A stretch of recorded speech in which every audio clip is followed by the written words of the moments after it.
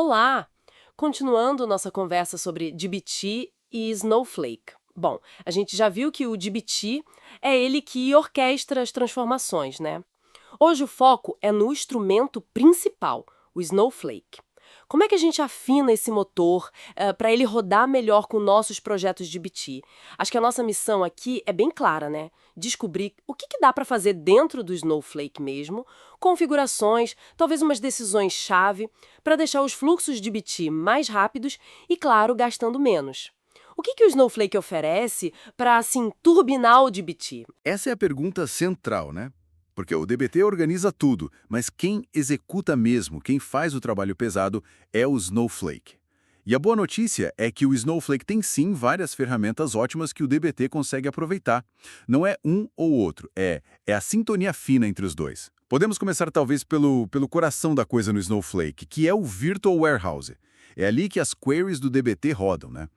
Basicamente, tem duas formas de mexer nesse motor: o tamanho dele e a capacidade de fazer várias coisas ao mesmo tempo. Primeiro, o tamanho. É o que o pessoal chama de escalar para cima ou t-shirt sizing, sabe? Tipo P, M e G. Para aqueles modelos DBT que são mais parrudos, sabe? Com joins muito complexos ou que mexem com muito dado, às vezes só de você aumentar o warehouse tipo de um X-Small para um Medium, ou até um large, nossa, o tempo de execução pode cair de horas para minutos. É a força bruta, mas bem direcionada. Entendi. É tipo dar mais potência para a tarefa específica. Exato. A outra forma é a concorrência, que é o escalar para fora, usando o Multi-Cluster Warehouse. Imagina que seu fluxo DBT roda um monte de modelo em paralelo, o que é bem comum, né? Sim, o DBT adora um paralelismo. Pois é. Aí, um warehouse só pode não dar conta, começa a formar fila. Com múltiplos clusters, o Snowflake meio que ele liga mais motores automaticamente quando precisa. Assim, ele processa tudo aquilo que o DBT mandou em paralelo, ao mesmo tempo. O DBT pede, o Snowflake entrega a capacidade. Certo, faz todo sentido. Ajustar a potência e quantos motores estão ligados dependendo da carga que o DBT manda. Mas isso é sobre o processamento, né? E os dados em si. A forma como eles estão guardados lá no Snowflake, isso também afeta as queries do DBT? Com certeza, impacta e muito. Essa é a nossa segunda estratégia-chave, o Data Clustering. Aquela analogia da estante de livros organizada com o cluster by ajuda a entender. Pensa assim, se os dados numa tabela gigante estão organizados fisicamente por uma coluna que você usa muito para filtrar, tipo data ou ID de cliente, o Snowflake consegue ser muito mais esperto na hora de buscar. Ele faz o que chamam de partition pruning. Ah, ele consegue ignorar blocos de dados que não interessam para a query. Exatamente. Se o DBT manda uma query pedindo dados de um mês específico e a tabela está clusterizada por data, o Snowflake vai direto ao ponto. Ignora, sei lá, 99% do resto. Nossa, isso deve acelerar muito a leitura. Demais. E o interessante é que você define isso, o cluster by, lá na configuração do modelo no DBT. Mas toda a organização física, a mágica de otimizar a leitura, acontece sozinha no Snowflake. Gosto da ideia. Organizar para facilitar a busca. Mas tem um custo para manter essa organização, né? O Snowflake fica reorganizando isso sempre e o clustering funciona para qualquer tipo de busca? Ótima pergunta. Sim, tem um custo. O Snowflake precisa trabalhar para manter essa ordem à medida que chegam dados novos ou atualizações. Tem que ver se o ganho na leitura compensa esse trabalho extra, né? E não é para tudo. Funciona melhor para tabelas grandes e quando você filtra por faixas naquela coluna-chave. Agora, para achar algum muito específico, tipo uma agulha no palheiro, Aí já é outra história, outra ferramenta. exatamente. Aí entra a nossa terceira estratégia, o Search Optimization Service. Pensa nele como sei lá, um índice remissivo superpoderoso para suas tabelas. É um serviço à parte, ele é pago, e você ativa para tabelas que precisam disso. Um índice especial.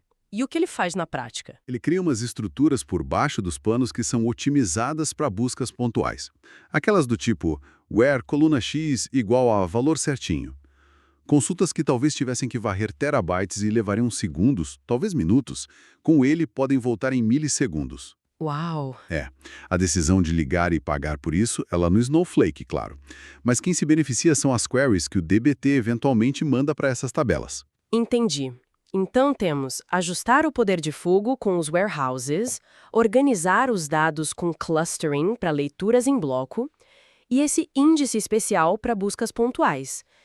Mas, com tanta opção, como é que a gente sabe onde aplicar cada coisa? Como eu diagnostico qual parte do meu projeto DBT está sofrendo mais e qual dessas otimizações seria a melhor para ele? Ah, aí que entra a quarta estratégia, que meio que amarra tudo isso. Usar o histórico de consultas do Snowflake, o Query History, como uma ferramenta de diagnóstico. O Snowflake é um verdadeiro detetive de performance. Ele guarda tudo sobre cada query. Quanto tempo levou, quantos bytes leu, quanto custou em créditos. E imagino que dê para conectar isso com o dbt. Exato. Esse é o pulo do gato. O dbt, por padrão, já coloca metadados nas queries que ele manda, tipo o nome do modelo dbt que gerou aquela query. Aí você vai lá na view Query History do Snowflake ou usa as ferramentas de monitoramento do próprio dbt que bebem dessa fonte e consegue ver direitinho quais modelos dbt estão mais lentos, quais estão consumindo mais recursos, mais créditos. Ali você acha os vilões. Certo. E com essa informação? Com essa informação, você decide o que fazer. Viu um modelo demorando muito. Talvez ele precise de um warehouse maior, né? Escalar para cima. Viu um monte de query esperando na fila. Opa! Talvez seja hora de escalar para fora, com mais clusters. Uma query numa tabela gigante está lendo dados demais sem necessidade. Talvez o cluster by ajude ali. Uma busca pontual específica está lenta. Quem sabe o Search Optimization Service. Entendi. O histórico mostra o problema e aí você aplica a solução certa. Fecha o ciclo. Perfeito. Então, resumindo, as alavancas principais no Snowflake para otimizá-lo DBT são: 1. Ajustar tamanho e concorrência do Virtual Warehouse. 2. Organizar os dados fisicamente com Data Clustering, o Cluster By, para acelerar filtros. 3. Usar o Search Optimization Service, para buscas pontuais rápidas, se o custo justificar. E 4. Fundamental, usar o Query History para diagnosticar e guiar essas otimizações continuamente. Dominar essas opções no Snowflake é o que realmente transforma um fluxo DBT que funciona num fluxo eficiente de verdade, rápido e econômico. É a combinação inteligente das duas ferramentas trabalhando juntas. Excelente. Ficou muito claro agora. Otimizar dbt não é só olhar para o código dbt, né? Tem que olhar para a plataforma onde ele roda, o Snowflake, e configurar ela direitinho. A sinergia é tudo. Muito obrigada por detalhar essas estratégias para a gente. Foi ótimo. E para quem nos ouve, fica aqui uma provocação para pensar um pouco mais. Além dessas otimizações que a gente falou mais diretas no Snowflake, será que existem interações mais sutis, assim, entre as escolhas que a gente faz lá na modelagem do dbt, tipo a granularidade dos modelos, como a gente materializa eles, e o jeito como o otimizador de queries do Snowflake funciona por dentro? Onde será que está a próxima fronteira para buscar ainda mais eficiência nessa otimização conjunta? Fica aí a reflexão.